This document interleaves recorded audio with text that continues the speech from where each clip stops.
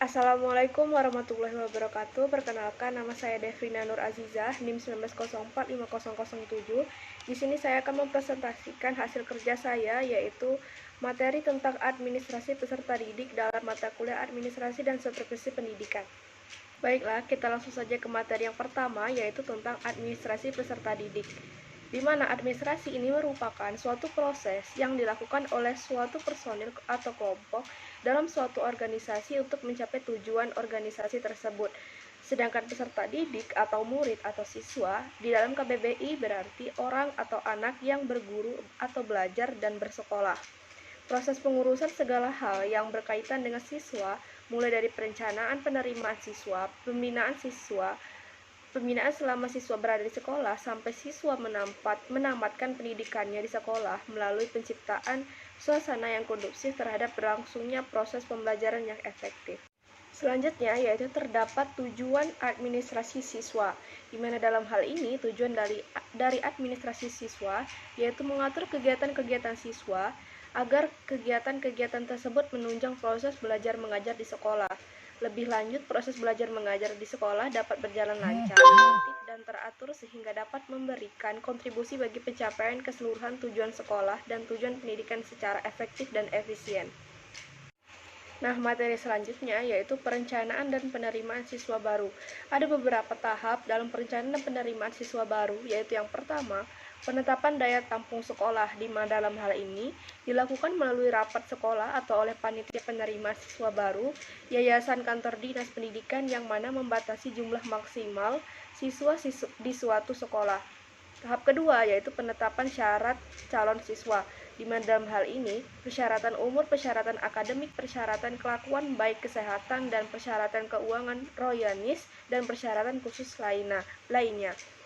Tahap terakhir yaitu atau tahap ketiga, penetapan panitia pengadaan siswa baru. Dalam hal ini yang pertama bersifat insidental karena berlangsung 1 kali setahun, yang kedua kegiatan panitia. Kemudian materi selanjutnya yaitu tentang kegiatan setelah siswa diterima. Dalam hal ini, kegiatan setelah siswa diterima juga memiliki beberapa tahap, yaitu yang pertama ada tahap orientasi siswa baru, di mana dalam hal ini memperkenalkan potensi sekolah pada siswa baru dan mempercepat adaptasi siswa baru di sekolah. Kemudian memperkenalkan fasilitas sekolah, memperkenalkan sivitas akademik, dan memperkenalkan program sekolah. Yang tahap kedua yaitu pengaturan disiplin dan tata tertib sekolah, di mana disiplin sekolah yaitu keadaan tertib di mana para guru, staf sekolah, dan siswa yang bergabung dalam kelas atau sekolah itu tunduk kepada peraturan yang telah ditetapkan. Yang tahap ketiga, ganjaran dan hukuman. Dalam hal ini, ganjaran sesuatu yang diinginkan yang diterima siswa karena mendapat prestasi. Hukuman yaitu sesuatu yang tidak diinginkan namun siswa harus menerimanya sebagai akibat perbuatannya. Kemudian terdapat instrumen administrasi peserta didik yaitu manual dan elektronik. Instrumen administrasi peserta didik dalam hal manual dan elektronik, catatan tentang data siswa di sekolah dibedakan menjadi 2 jenis, yaitu yang pertama, catatan data siswa untuk sekolah berupa buku induk, buku kleper, catatan tata tertib sekolah, yaitu kumpulan semua peraturan yang mana bersifat umum dan khusus, ada yang dari pemerintah dan ada yang produk dari sekolah itu sendiri. Yang kedua, catatan siswa untuk masing-masing kelas berupa buku kelas yang merupakan cuplikan dari buku induk, buku presentasi kelas, buku catatan bimbingan dan konseling, buku catatan prestasi murid yang meliputi buku daftar nilai dan buku ledger, buku rapor, dan buku mutasi.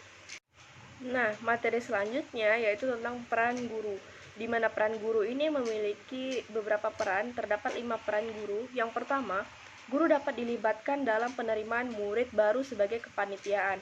Yang kedua, peranan yang besar dalam masa orientasi dipegang oleh guru kelas 1. Di samping kepala sekolah, guru membuat agar siswa cepat beradaptasi. Yang ketiga, yaitu untuk peraturan kehadiran murid di kelas, guru mempunyai andil yang besar. Yang keempat, yaitu memotivasi siswa untuk senantiasa berprestasi tinggi. Dan yang terakhir, peran guru yaitu sebagai model dalam menciptakan disiplin sekolah dan kelas.